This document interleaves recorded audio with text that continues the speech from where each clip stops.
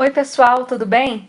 Meu nome é Juliana e eu faço pós-doutorado sob supervisão do professor Carlos Menck no Laboratório de Reparo de DNA do Instituto de Ciências Biomédicas da USP. Por causa da pandemia, nós não teremos este ano nosso tradicional curso de inverno.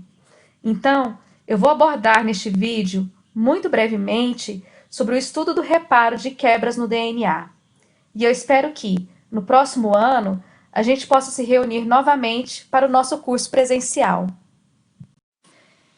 Então, como já sabemos, a molécula de DNA não é estática.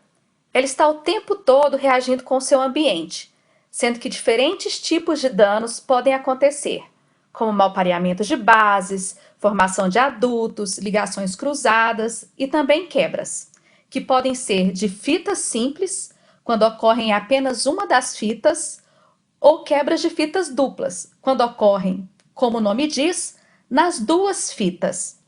Este tipo de dano é considerado o mais perigoso para a célula, uma vez que pode levar as células a perderem regiões cromossômicas inteiras. O que pode levar à quebra das fitas de DNA?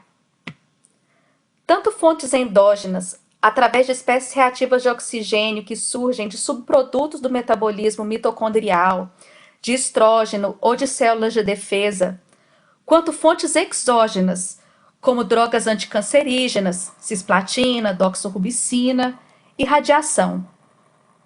Não sei se vocês se lembram, mas a radiação pode ser do tipo ionizante, raios gama, raios X, quando possui energia suficiente para ionizar os átomos e moléculas com que interagem, e a não ionizante, que é, por exemplo, a luz visível, a luz ultravioleta, entre outras. A radiação ionizante, especialmente a radiação gama, é considerada o agente modelo de indução de duplas quebras no DNA. Sabendo disso, nós podemos entender os efeitos deletérios da radiação no DNA e no nosso corpo. Lembram dos acidentes radioativos que já tivemos? Chernobyl, Fukushima, Goiânia? Então, o acidente com Césio 137 em Goiânia, em 1987, foi o maior acidente radioativo em zona urbana do mundo. Deixou inúmeras vítimas, que eram enterradas nesses caixões enormes revestidos de chumbo. A vítima mais nova foi essa garotinha de 7 anos, a Leide das Neves. E os sobreviventes convivem até hoje com as sequelas do acidente. Vale a pena vocês conferirem essa história. Como a célula reage às quebras de fitas duplas do DNA? Diante de uma dupla quebra, existem dois mecanismos capazes de reparar este dano: a ligação de pontas não homólogas, em inglês non-homologous end joining, e a recombinação homóloga, ou homologous recombination. O NHEJ é um tipo de reparo muito direto. A dupla quebra no DNA provoca a fosforilação de proteínas sensoras, como ATM e DNA-PK. DNA-PK é uma proteína quinase dependente de DNA, que sofre autofosforilação, tornando-se DNA-PK-CS. CS de subunidade catalítica.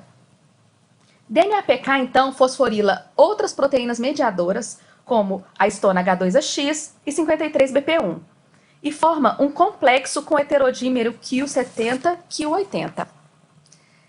Esse complexo tem como objetivo segurar, aproximando as extremidades das fitas, impedindo que qualquer uma delas se perca.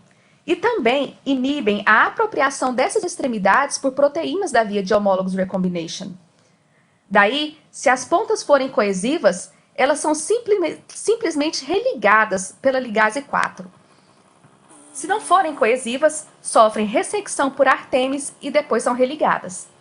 Assim, o reparo por NHEJ pode ser fiel ou mutagênico e não depende de homologia. Depende do estado das extremidades. Já a recombinação homóloga é bem mais complexa. Na via clássica, dada uma dupla quebra, a TM é ativada, recrutando as outras proteínas da cascata. O primeiro complexo a chegar no local é o mRN. M de MRE11, R de RAD50 e N de NBS1, além de CTLP. Essas proteínas, então, se ligam às extremidades. Em seguida, chegam as proteínas BRCA1 e BRCA2, que processam as extremidades para gerar extremidades 3' de DNA simples fita. Um dos filamentos é, então, tomado por RPA, que protege o DNA de outras enzimas, enquanto o outro filamento é recoberto por RAD51. RAD51 é uma recombinase que promove a invasão do nucleofilamento ao dúplex homólogo. Esta invasão provoca o que chamamos de figura de Holliday, ou Holliday Junction. Por quê? Porque a figura fica parecendo a letra H deitadinha. Beleza. Nesta configuração, o dúplex homólogo serve de molde para a informação ser copiada na região da quebra. Assim, ocorre a síntese de DNA que restaura a informação que havia sido perdida. E, depois da restauração e resolução da figura de Holliday, podemos perceber que ocorre uma troca de informação genética entre os dúplexes. A isso chamamos de recombinação. Ufa! Podemos nos perguntar, então, se quebras duplas no DNA são deletérias. Já sabemos que elas podem ser bastante deletérias. Uma evidência disso é a ocorrência de diferentes síndromes em sujeitos que possuem mutações nas proteínas das vias de reparo que estudamos. Indivíduos com mutações nessas vias, a princípio, são incapazes de processar as duplas quebras. Isso altera a fisiologia normal da célula e pode ter consequências distintas, dependendo da proteína afetada.